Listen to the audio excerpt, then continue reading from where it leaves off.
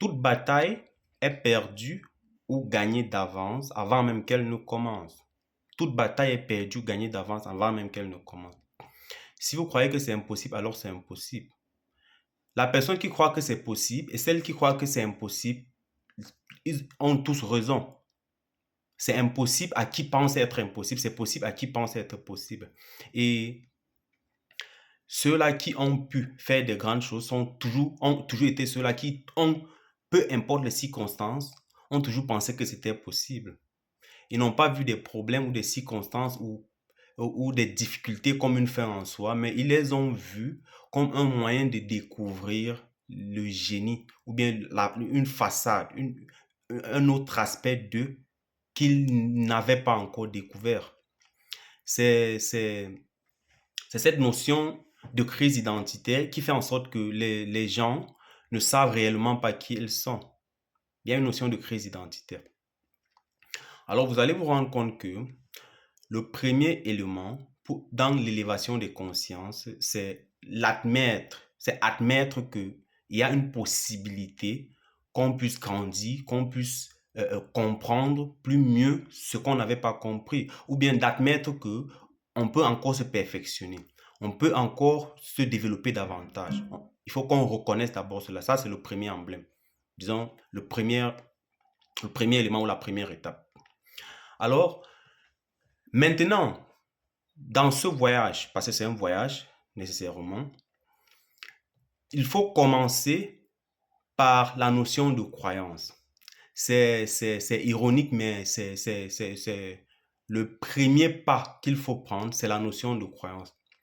Parce que si vous ne croyez pas que qu'il y a une possibilité que vous puissiez être plus meilleur que ce que vous êtes aujourd'hui, alors toutes les autres autres étapes qui suivent sont comme si comme si elles n'existaient pas. Parce qu'il faut passer par une étape à une autre. Mais si vous ne prenez pas la première étape, alors les autres sont comme si elles n'existaient pas. Donc, je dis que le premier élément, c'est la croyance. Alors, j'explique pourquoi je parle de la croyance ici. Si vous croyez que vous êtes capable de réaliser des grandes choses, alors vous êtes vous êtes plus avancé que quelqu'un qui ne croit pas qu'il est capable de faire de faire ces grandes choses, d'accomplir ces grandes choses. Parce qu'une fois que vous croyez, il y a de fortes chances que vous puissiez commencer à vous poser des bonnes questions. Bon, puisque je crois, alors comment est-ce que je peux faire ces choses-là? Maintenant, quelqu'un qui ne croit pas, il ne pourra jamais arriver à cette deuxième étape, l'étape du questionnement. Comment est-ce que je peux le faire? Puisque la première étape n'a pas encore été résolue. Le premier problème n'a pas encore été résolu. Si vous croyez que vous pouvez piloter un avion, puisque vous croyez, alors la deuxième étape, c'est si on vous demande est-ce que vous pouvez le faire, vous allez dire oui, vous pouvez le faire. Mais est-ce que vous connaissez, est-ce que vous savez le faire? Non. Il faut donc apprendre. Mais premièrement, vous avez cru que vous pouvez le faire. Vous croyez que vous pouvez le faire, alors vous pouvez apprendre à le faire. Mais quelqu'un qui ne croit pas qu'il peut faire, on ne peut même pas parler de la possibilité d'apprentissage parce qu'il n'a même pas encore résolu le premier problème qui est le problème de la croyance. La croyance en elle-même ne suffit pas, je dis encore, si vous croyez, alors il faut trouver les moyens de compréhension. Vous voyez, il faut se mettre dans une posture où vous allez essayer de comprendre afin d'apprendre.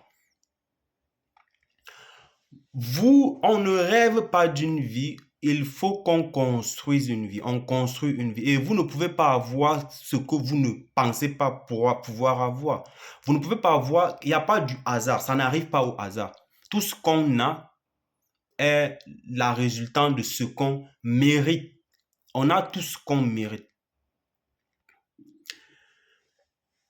C'est très important, pourquoi? Parce que tout ce qu'on connaît aujourd'hui, les croyances qu'on a, les habitudes même qu'on a, même la façon de penser, ce sont des choses que on nous a appris. On nous les a appris. Même la peur, la connaissance par rapport à l'économie, la vie de façon générale, la culture, sont des choses qu'on nous a inculquées. Maintenant, regardez un seul instant que si tout ce que vous connaissez n'est pas la vérité, Mais puisque c'est ce qu'on vous a donné dès le bas âge, on vous les a inculqués. Vous avez tendance à croire que ce que vous connaissez, c'est la vérité. Une fois que vous entrez en contact avec quelque chose qui va à l'encontre de ce qu'on vous a appris, c'est un véritable problème. Vous allez combattre la chose. Mais sans toutefois chercher à comprendre, est-ce que ce qu'on me présente, qui est une nouvelle idée, une nouvelle approche, une nouvelle manière de voir les choses, est-ce que ça pourrait être une possibilité? Est-ce que ça pourrait être un moyen pour m'aider à devenir mieux? Non, on ne le fait pas parce que ça va à l'encontre de ce qu'on connaît. Alors on combat. Vous voyez? Si vous êtes né dans une chambre et puis vous avez passé toute votre année, toute votre existence dans une chambre, vous avez tendance à croire que le monde ne se résume que dans cette chambre-là. Vous voyez? Alors vous serez contraint à penser et même à chercher des éléments de preuve pour démontrer effectivement que le monde ne se retrouve que dans votre champ. Mais puisque c'est faux, parce que ce que vous ne connaissez pas ne veut pas dire que ça n'existe pas, que ce n'est pas vrai. Ce qu'on ne connaît pas ne veut pas nécessairement dire que ça n'existe pas. Notre problème, c'est au niveau de la crise identitaire. On ne connaît pas assez qui on est. Vous voyez? On ne connaît pas qui on est. Si vous travaillez peut-être pour une boîte, peu importe, et que vous êtes tâcheron, c'est-à-dire vous êtes au bas de l'échelle, et qu'il y a quelqu'un qui vous méprise, il y a un de vos chefs qui vous marche dessus, vous voyez, et que un jour ou l'autre, il y a des gens qui viennent vous rencontrer, un avocat, ils vous disent, est-ce que vous êtes monsieur tel? Parce qu'on a certains documents à vous présenter et au sorti de la revue des documents, vous constatez, ou bien ils vous disent que, mais la compagnie dans laquelle vous travaillez, où vous êtes traité comme un tâcheron, mais en réalité, cette compagnie appartenait à votre père ou à un membre de la famille ou à qui que ce soit, mais cette compagnie vous a été léguée dans l'héritage de ce dernier. Vous voyez? Maintenant, le lendemain, quand vous allez au travail, vous voyez ce que ça vous fait, c'est que vous ne partez plus au travail en tant que quelqu'un qui se fait maltraiter, mais dans votre tête, vous partez au travail en vous voyant comme quelqu'un qui est au-dessus de tout le monde. Mais regardez que tout ce temps-là, depuis tout ce temps, cette compagnie a toujours été la vôtre. Mais juste que vous n'étiez pas au courant que c'était pour vous. Vous voyez, depuis tout ce temps, vous vous êtes comporté comme un esclave. Pourtant, tout le temps, vous étiez un roi. C'est la notion de crise identitaire. Les êtres humains, nous, en réalité, on ne connaît pas assez qui on est, qui nous sommes, qui es-tu. Mais vous allez me dire qui tu es, vous allez me dire, peut-être moi je m'appelle Pekka, hein? Vous allez me dire je m'appelle Pekka. Mais avant qu'on ne t'attribue le nom Pekka, qui étais-tu? Non, je suis ingénieur. Non, tu n'es pas ingénieur, tu as subi une formation au sorti de laquelle on vous a attribué un titre. Je suis docteur. Tu n'es pas docteur. Tu n'es pas docteur. Avant que tu ne sois docteur, qui étais-tu? J'étais Pekka. Avant même qu'on te donne le nom Pekka, les secondes qui ont suivi, bien les jours qui ont suivi ta naissance et le moment où on vous a donné le nom Pekka, qui est-ce que vous étiez? Vous êtes plus que votre nom. Qui est-ce que nous sommes? C'est la notion de crise d'identité. On ne connaît pas.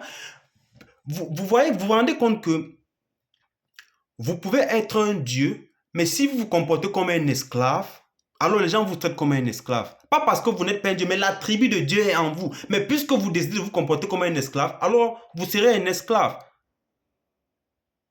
Vous serez automatiquement un esclave.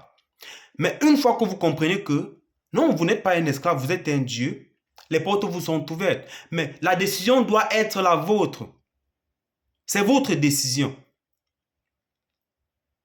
Et tout ce qu'on fait, je dis toujours que tout ce qu'on fait, tout ce qu'on est jusqu'ici, si on n'a pas changé, ce sont des choses, des idées, des idéologies, des gens qui parfois veulent du bien, nous veulent du bien, mais puisqu'ils ne sont pas assez éduqués, vous voyez, je parle, l'éducation peut être, je peux parler de tout en éducation, et je ne parle pas seulement de lire les livres et quoi que ce soit, je ne parle même pas seulement de l'école, mais puisque ces gens ne sont pas assez éduqués, ils vous présentent leur approche de la vie sous le spectre de la peur, en fait.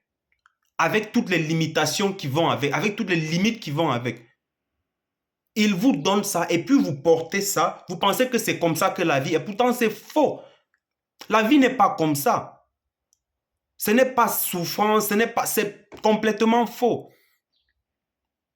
La vie, ce n'est pas, on n'est pas juste là pour juste passer du temps comme d'aucuns vous le feront croire. Il y a plus à la vie que ça.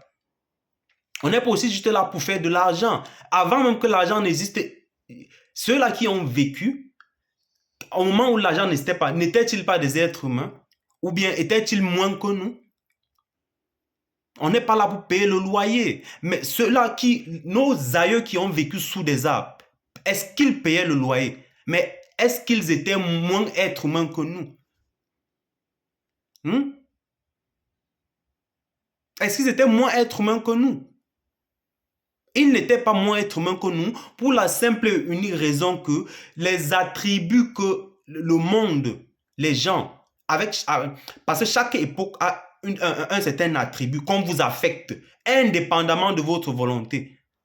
Indépendamment de votre volonté. Et c'est à vous de décider de qui vous êtes et redéfinir votre vie. Redéfinir les aspects, redéfinir les angles sur lesquels vous voyez la vie. Pas parce que quelqu'un vous les a imprégnés, mais parce que vous vous dites, vous sentez une certaine voix qui vous dit que vous valez mieux que ce qu'on vous présente. Parce que personne ne peut vous dire ce que vous êtes si ça ne vient pas de vous. Vous voyez? Les gens peut-être pourront vous aider à atteindre cet objectif que vous vous êtes fixé. Parce que personne ne peut le faire à votre place. Personne ne peut le faire à votre place. Vous êtes plus que ce que vous pensez. Et c'est à vous de creuser de façon interne et de trouver la réponse pour, n'est-ce pas, qui va vous aider à atteindre l'objectif que le Créateur ou que Dieu, le divin, peu importe comment vous l'appelez, vous a fixé. C'est de votre responsabilité. Les gens vont vous dire c'est impossible. Pourquoi ils vous disent c'est impossible? Peut-être parce qu'ils ont peur que vous allez échouer ou bien peut-être parce que vous, en réussissant, vous allez leur prouver que la limite qu'ils se sont fixée dans leur vie n'est pas la même limite que vous avez. Vous allez leur faire sentir petit. Vous allez leur présenter leur petitesse parce qu'ils ont pensé que c'était impossible. Maintenant, ils vont vous dire que c'est impossible pour vous empêcher d'atteindre vos parts d'objectif. Vous voyez? Et d'autres vont le dire juste parce qu'ils veulent vous protéger. Mais certains vont vous le dire parce qu'ils ont échoué et ils pensent que peut-être vous pouvez réussir. Alors, ils ne veulent pas que vous réussissiez parce que si vous réussissez, ça serait comme du crachat sur leur visage en fait. Même si vous ne le dites pas, ils vont se sentir mal. Vous voyez? Parce que la misère aime la compagnie en fait. La misère aime la compagnie. On veut que les gens viennent ensemble pour qu'on continue à perpétuer cette misère-là. On continue à se relater le même storytelling, like, ok, il a aussi fait, il a échoué. La misère aime la compagnie. Ça aime tellement de compagnie. Alors, ce sont des choses qu'on devrait commencer à apprendre. On devrait commencer à apprendre. Et pour apprendre, il faut d'abord commencer à croire. Il faut croire qu'on peut valoir mieux, on vaut mieux. Et si on le sait, si on commence à croire, on cherche maintenant à comprendre. Parce que la croyance uniquement ne suffit pas. On croit, maintenant on cherche à comprendre. Ne vous limitez pas juste sur l'aspect de la croyance en fait. Vous croyez, maintenant cherchez à comprendre. Vous voyez? Comme j'ai tantôt dit tout à l'heure, il ne faut pas seulement croire, il faut chercher à comprendre. Parce que c'est la compréhension qui va expliquer la croyance en fait. Alors, si vous avez aimé cette vidéo, n'hésitez pas à laisser un pouce et laisser un commentaire. Merci, on se retrouve dans la prochaine vidéo. Merci. Ciao.